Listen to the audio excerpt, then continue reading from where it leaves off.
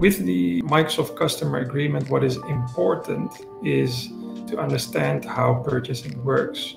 And the best way to do it is to offset this to, for instance, the enterprise agreement. So when we look at an enterprise agreement, many people in the world that deal with Microsoft licensing know how this works, what the contract stack looks like, how it ties into your online services, your tenants that you're using, and what the eventual invoice will be.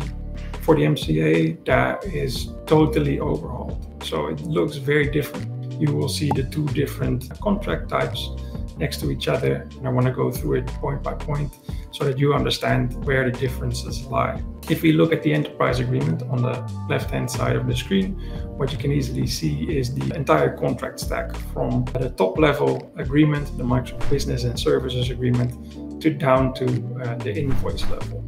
So the business and services agreement, as we explain in our enterprise agreement training program as well, so be sure to check that out if you haven't done that already on our YouTube page, and we'll be sure to link this in this video as well. You have the umbrella terms and conditions, things like guarantees, liability, the right to verify compliance, and many other things.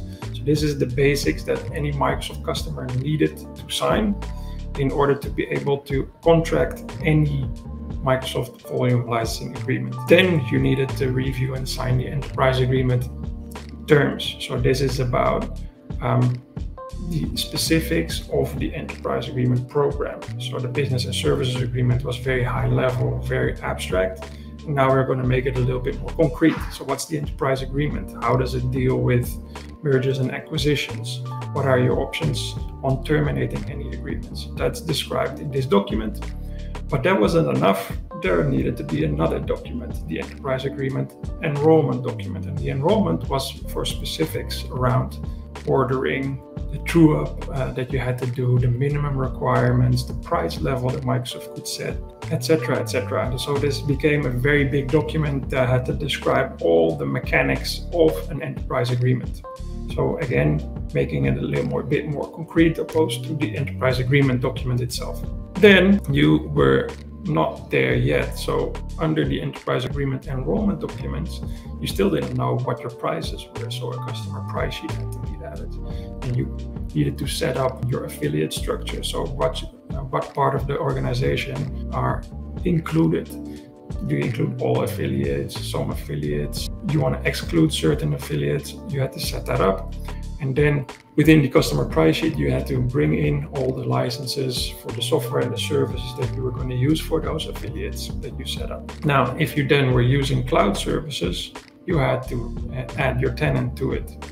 And you could only add one tenant to your enterprise agreement. If you had the requirement to have multiple tenants for different parts of your organization because you wanted centralized purchasing power, but decentralized IT infrastructure for different parts of your organization, you would have to set up additional contractual documents to allow multiple tenants to be added to one enrollment. And then if you had set up all the different tenants for your cloud services under your tenant enrollments, then you would get all your invoices. And Microsoft split out all the invoices based on the different contracts and enrollments that you had under your enterprise agreement, but they would all roll up to the same entity, that would be the contracting entity.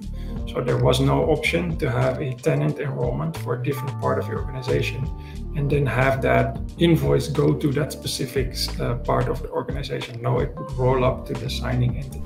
And that signing entity would then have to make sure that it would cross-charge it within the organization to the correct business entity that were using the services.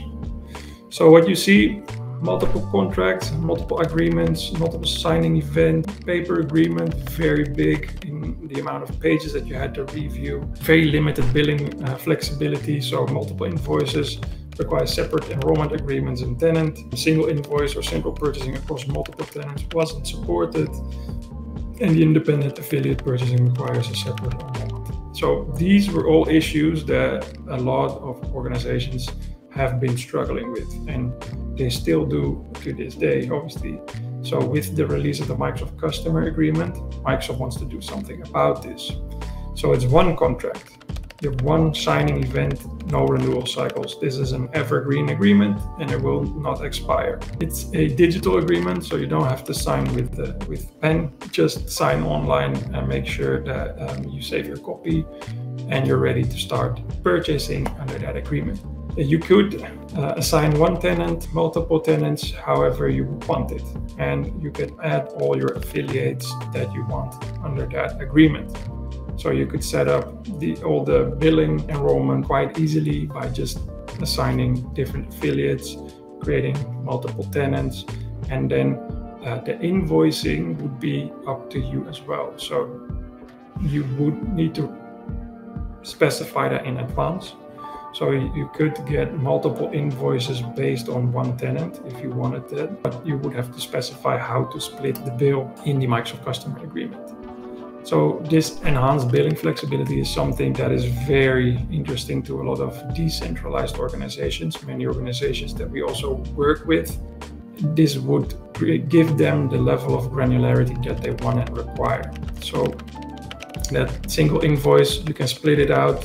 You can divide it amongst business units, amongst tenants. You can split out one tenant invoice in multiple different invoices if you want it. And independent affiliate purchasing requires the lightweight customer affiliate purchasing terms, which means that you can just add all the different affiliates to your contract.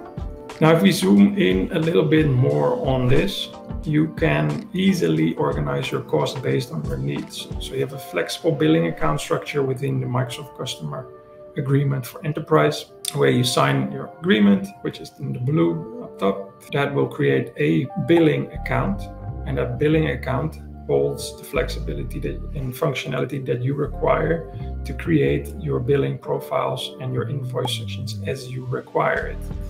So if you have your billing account, you can set up different billing profiles.